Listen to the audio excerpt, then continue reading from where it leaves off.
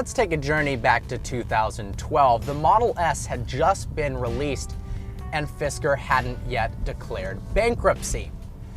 Both automakers finally had answered enthusiasts' biggest headache, that is, why does every green car look absolutely hideous? From the Prius to the Volt to the Leaf, nothing came around that was good looking until the Fisker and the Model S. Both manufacturers, Tesla and Fisker, promised to revolutionize the automotive industry. Of course, now we know who was successful and who wasn't. But let's look at this car from a different standpoint. Because Fisker went out of business, you can now get this car for basically half price. The base price of the Fisker Karma was a tad over $100,000, and often they were optioned up to about $120,000. This vehicle, with only 10,000 miles on it, is $65,000. So let's delve deeper. The Karma was designed by Heinrich Fisker, who also designed the BMW Z8 and the Aston Martin DB9, so he is very well accustomed to designing some absolutely stunning cars. And I think he killed it with the Fisker. Honestly, it is so much better looking than the Tesla in every way. It's got this incredibly long hood, beautiful side profile. It's riding on 22-inch rims. There's not really an angle where the Karma looks bad. It looks significantly more exotic than the Model S. Honestly, I think the Model S blends in like a BMW 528i. But just having driven this car down the road for a short while, everyone's giving thumbs up. People are looking. It's a really striking car, and it actually has a bit of BMW in the front with its kind of kidney grill-esque fascia. It's got some unique aspects on the exterior.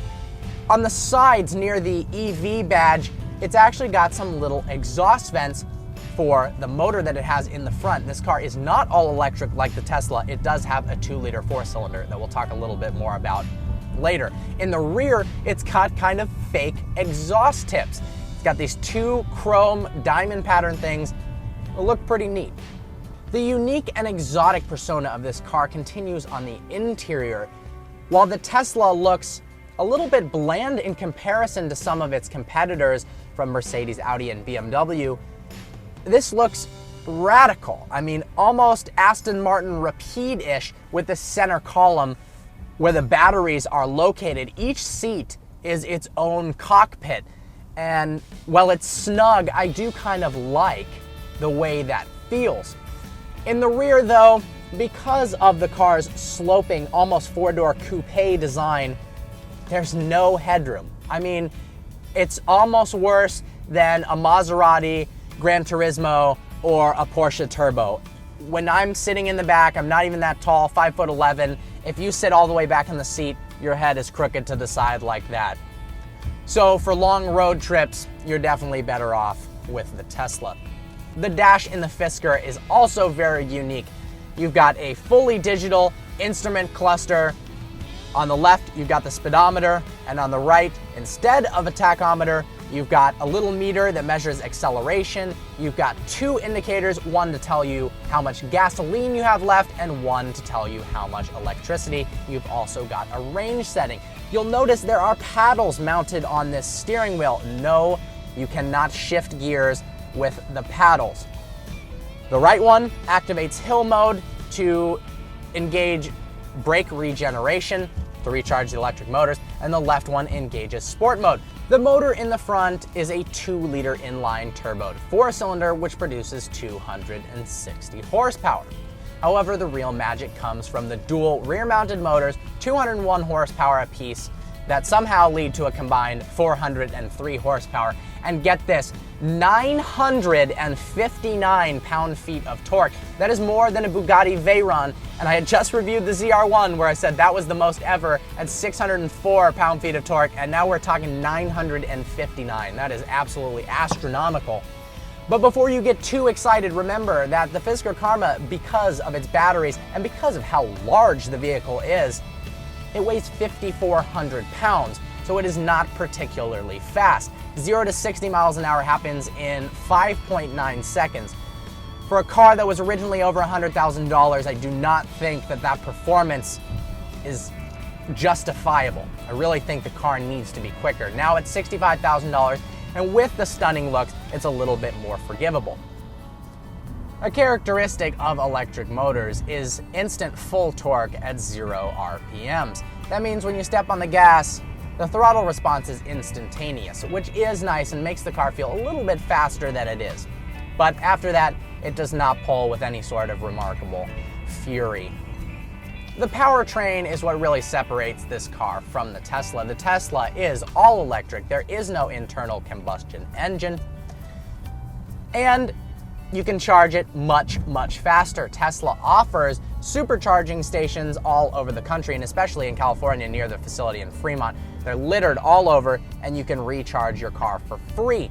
80% recharge on an 85 kilowatt battery takes 40 minutes. That's pretty fantastic. That means plug your car in, you go eat lunch, and you're all set. This car on a 110 volt outlet takes 12 hours to fully recharge the battery, and on a 220 volt, it takes about 5 to 6 hours.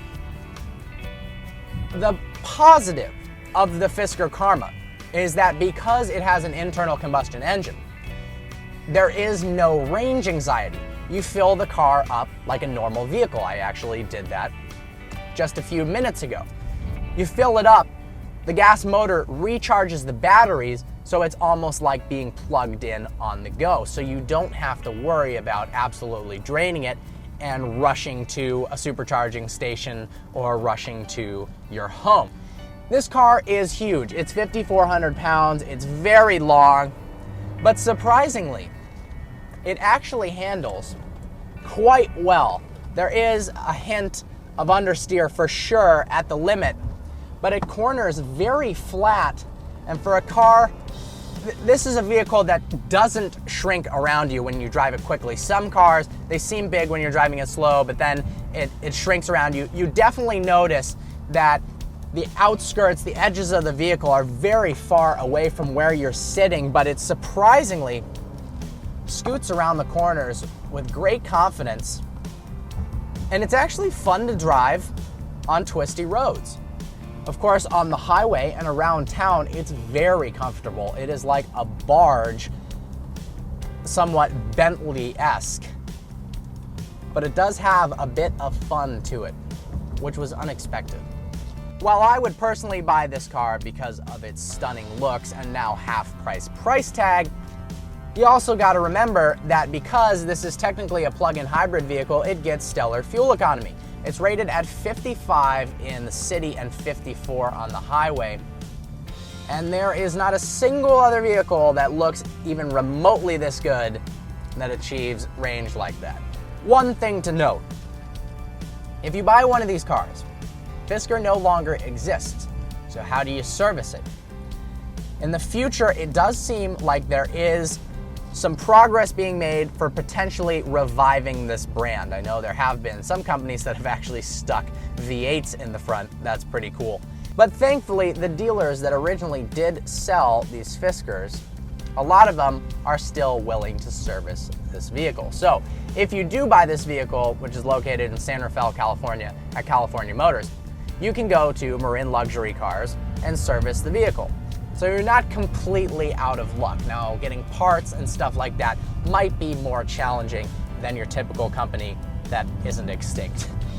When the Fisker was first released, I actually went to one of their dealerships and test drove the car. Funny enough, it broke halfway through. When I stepped on the throttle, the entire car started shaking all over the place. That was a bit disconcerting, and there was a lot of electrical issues and problems that Fisker had that eventually led to its failure.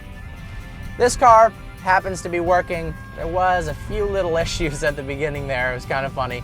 But I actually overall like this car a lot more than I was expecting. Of course, it's absolutely stunning. And that's got to be one of the reasons you purchased this car, because it looks like nothing else on the road. I absolutely love the way it looks. The interior is very unique as well. I like that. It's got pretty good build quality. The leather is nice. It's got this nice wood. A lot of the materials are actually recycled, going along more with saving the environment. It's got some unique aspects, some glass here and there. It's pretty cool. But the main thing I'm pretty thrilled about is that it handles much better than I was expecting. This is a very big and heavy car, but it brakes and it takes turns confidently. Well, special thanks to California Motors for making this video possible. This car is available there now for $65,000, and the car is only has 10,000 miles on it, so it's practically brand new. You're basically getting 50% off on a pretty cool car, so you should check it out. I hope you enjoyed this review. Like always, please browse our channel and subscribe. If you could like us on Facebook.com/VehicleVirgins and follow us on Instagram @VehicleVirgins, that would be fantastic. I look forward to seeing you next video.